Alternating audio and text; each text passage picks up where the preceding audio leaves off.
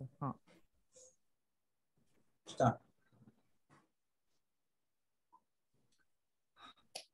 today we are start with respiratory system. Okay, so what is respiration?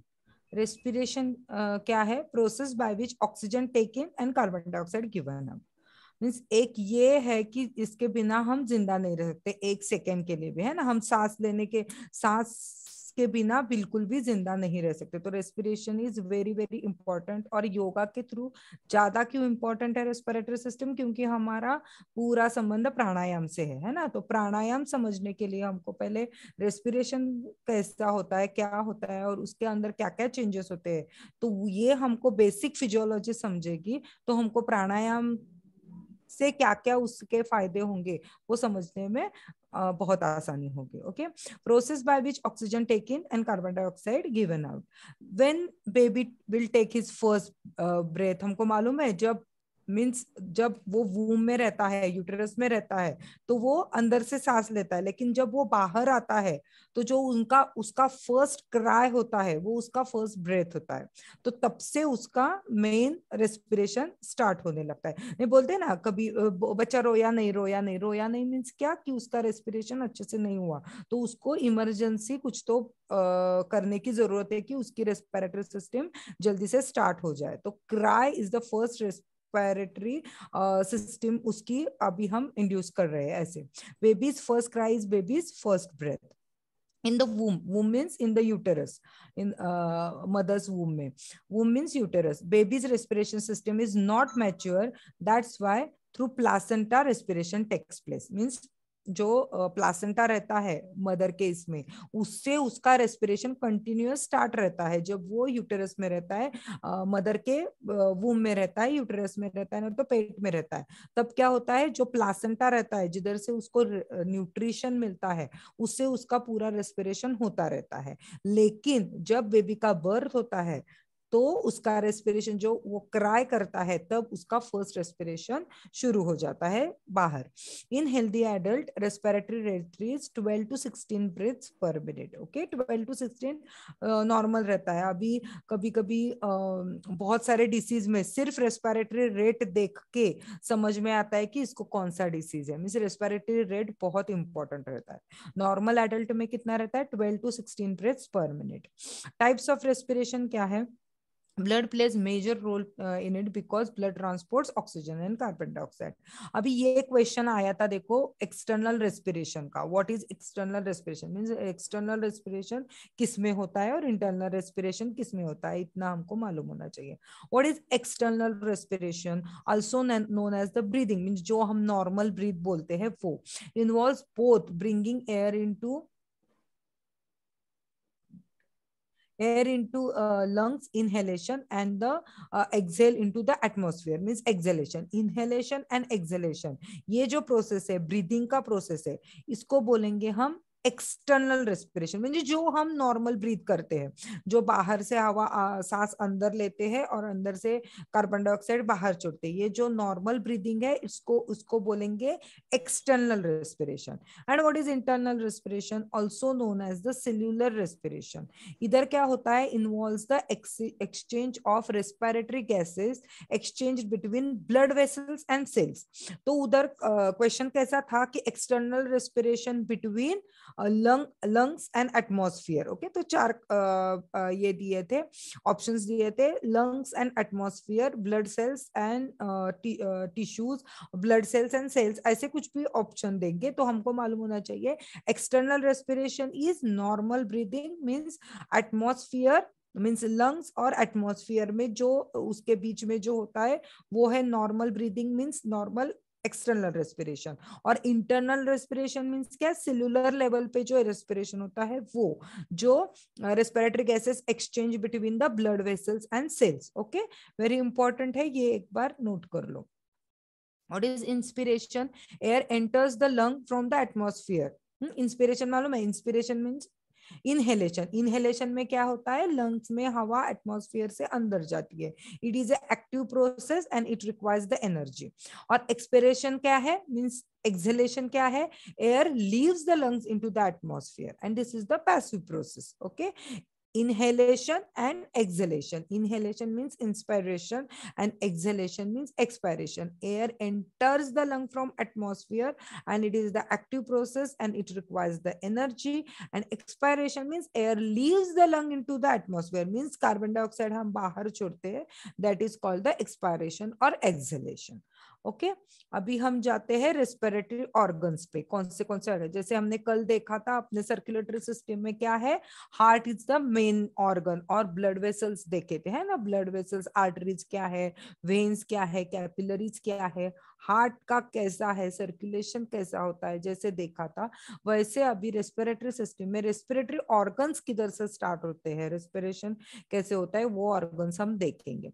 तो respiratory organs में क्या है, start किधर से होता है, हम हवा किधर से सांस अंदर लेते हैं, नोज से, तो नोज से स्टार्ट होगा, नोज है, अंदर जो साइनसेस है वो है, थ्रोट है, फिर इसमें लैरिंग्स है, लैरिंग्स भी आएगा, उसके पीछे जो होता है फेरिंग्स भी आएगा, ट्रेकिया आएगा। इधर देखो, आपको इधर अच्छे से समझ में आएगा ये चित्र में, ये जो है अपना नोज नेजल कैविटी से शुरू होगा, फिर ये लैरिंग्स आएगा, हाँ, फिर इसके पीछे फेरिंग्स आता है, फिर ये जो दिखता है ना नीचे ये पाइप है, इसको ट्रैकिया बोलते हैं, फिर ट्रैकिया के बाद आएगा ब्रोंकाई आएंगे, फिर इधर इधर ये ऐसे उसके ब्रांचेस हुए ना, ब्रोंकियोल्स आएंगे, फिर ये जो दो बड़े बड़े दिखते हैं ये है लंग्स है, और इसका जो रेस्पिरेटरी सिस्टम का सबसे छोटा माइन्यूट जो ये होता है, जिधर सेलुलर लेवल पे ऑक्सीजन लिया जाता है, कार्बन डाइऑक्साइड बाहर किया जाता है, वो है एल्वियोला। ये भी क्वेश्चन हमेशा आता है कि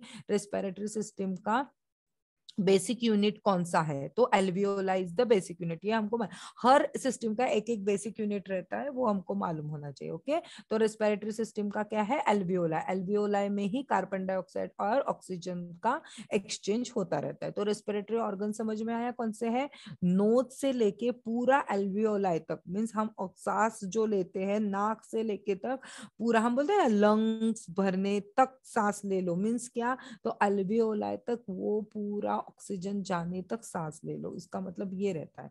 तो नोज से लेके इधर से जाते जाते जाते फिर ट्रकिया से जाते हुए ब्रोंकाई, ब्रोंकियोल्स, लंग्स और फिर एल्वियोलाई तक जो पूरी सांस जाती है, वो पूरे जो ऑर्गन्स है वो पूरे रेस्पिरेटरी ऑर्गन्स है।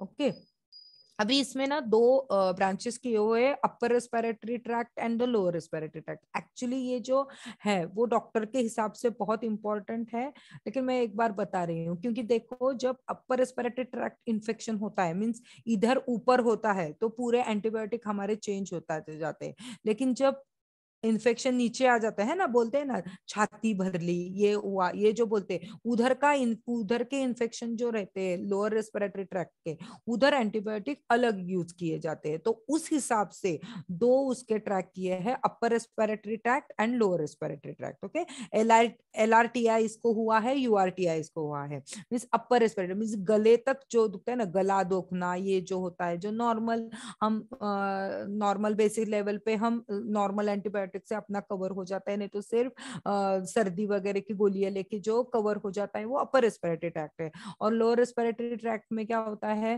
थोड़ा सा हायर एंटीबायोटिक लेना पड़ता है, उससे भी नहीं तकलीफ हो गई, वो लंग्स में चला गया, न्यूमोनिया वगैरह बैठ गया, तो एडमिशन के चांसेस रहते हैं। तो इस हिसाब से दो इसके पार्ट किए हैं, अपर रेस्पिरेटरी ट्रैक्ट, उसमें आता है nose, nasal cavity, mean sinusitis हो गया, सर्दी हो गई, हाँ, लैरिंग्स में कुछ हो गया, ट्रकिया में हो गया, तो ये सब आता है अपर रेस्पिरेटरी ट्रैक्ट में। और लोअर रेस्पिरेटरी ट्रैक्ट में कौन सा आता है, lungs, bronchi, bronchioles, air sacs means alveoli में जो कुछ इन्फेक्शन जमा रहता है, कफ जमा होता है, तो उसमें जो इन्फेक्शन होता है वो lower respiratory tract infection. Okay, अभी हम वन बाय वन एक एक एक एक देखते जाएंगे। अभी नोज से शुरू करेंगे। ओके, ये है नोज, नेजल कैविटी।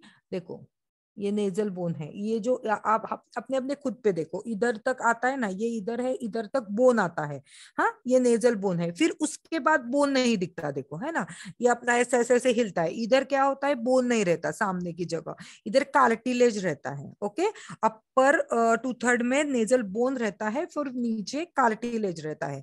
फिर ये upper lateral cartilage, nasal septum cartilage, और इधर मेडियल कार्टिलेज, मीन्स ये जो नीचे का जो पूरा रहता है वो कार्टिलेज से बना रहता है। देखो ये ऐसे ऐसे ऐसे मुड़ जाता है, लेकिन ऊपर का जो रहता है वो बोन से बना रहता है। ओके, लैटरल क्रस इतने डीप में जाने की जरूरत नहीं है, एक बार बताते हैं हम। अब इसमें क्या क्या रहता है, external nose is made up of the nasal bone and cartilage. Okay, anterior part जो है सामने का वो कार्टिलेज का है, और पोस्टीरियर पार्ट जो है वो बोन का है। Okay, it is divided into 2 parts bye septum, ये बीच का सेप्टम है, उसमें हम क्या उसकी वजह से क्या होता है, right nostril and left nostril, इसमें डिवीजन हो जाता है।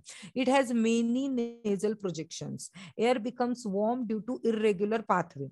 अभी इसमें कैसा है, नोज में ऐसे अलग अलग प्रोजेक्शंस आते हैं, तो प्रोजेक्शंस की वजह से क्या होता है कि जब हम सांस लेते हैं, हाँ सांस जब बाहर से, अब हम ओपन में ओम कर रहे हैं, नहीं तो सांस ले रहे हैं, दीर्घ श्वसन कर रहे हैं, तब देखो हम जब ध्यान करते हैं, नहीं तो सांस का अभ्यास करते हैं, तब देखो हम जब सांस लेते हैं, इनहेल करते हैं, तो ठंडी हवा अंदर जाती है, लेकिन जब एक्सहेल करते हैं तो हमको थोड़ी सी कोष्ण ऐसी हवा, थोड़ी सी गर्म ऐसी हवा आ जाती है। तो ये किसकी वजह से, तो ये जो नेजल प्रोजेक्शन होते हैं नोज में अंदर थोड़े थोड़े ऐसे बाहर आए हुए, उसकी वजह से क्या होता है, एयर जो ठंडी हवा हमने नोज में ली है वो वार्मथ हो जाती है due to the irregular pathway. इसमें नोज में हेयर्स भी रहते हैं, ये हेयर का काम क्या होता है कि इस इधर ही जो डस्ट है, कुछ है बाहर से जो आया है, इधर चिपक जाता है, वो अंदर वो डस्ट पार्टिकल्स, इम्प्यूरिटीज जो वो अंदर जाने नहीं देता। तो हेयर का मेन काम क्या है नोज में, कि जो प्रिवेंट करता है dust particles and other impurities को प्रिवेंट करना। फिर म्यूकस भी रहता है ना, थोड़ा बहुत म्यूकस भी रहता है नोज में, तो वो क्या करता है, moisture the air, also dust and bacteria stick here.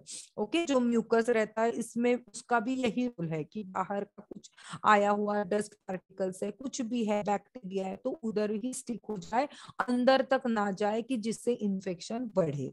And it is the organ of sense, वो तो मालूम है, नोज क्या है, सेंस ऑर्गन है। अभी नोज का समझ में आया, एक मेन पार्ट वही है कि ये दो सेप्टम से 2 पार्ट में डिवाइड होता है, ऊपर का पार्ट जो है वो बोन से बना है, एंटीरियर का पार्ट जो है वो कार्टिलेज से बना है। ओके, इसमें नेजल प्रोजेक्शन रहते हैं, उसकी वजह से इरेगुलर पाथवे की वजह से एयर बिकम्स वार्म। हेयर है, हेयर की वजह से dust particles and impurities prevent किए जाते हैं। म्यूकस है, उसकी वजह से वो मॉइस्चर किया जाता है air, and also dust and bacteria also stick there. Okay, and it is the organ of sense.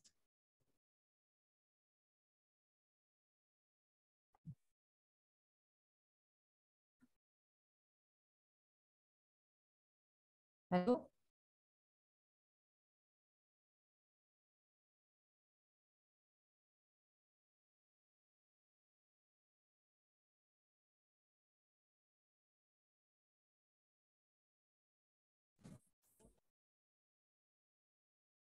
Hello.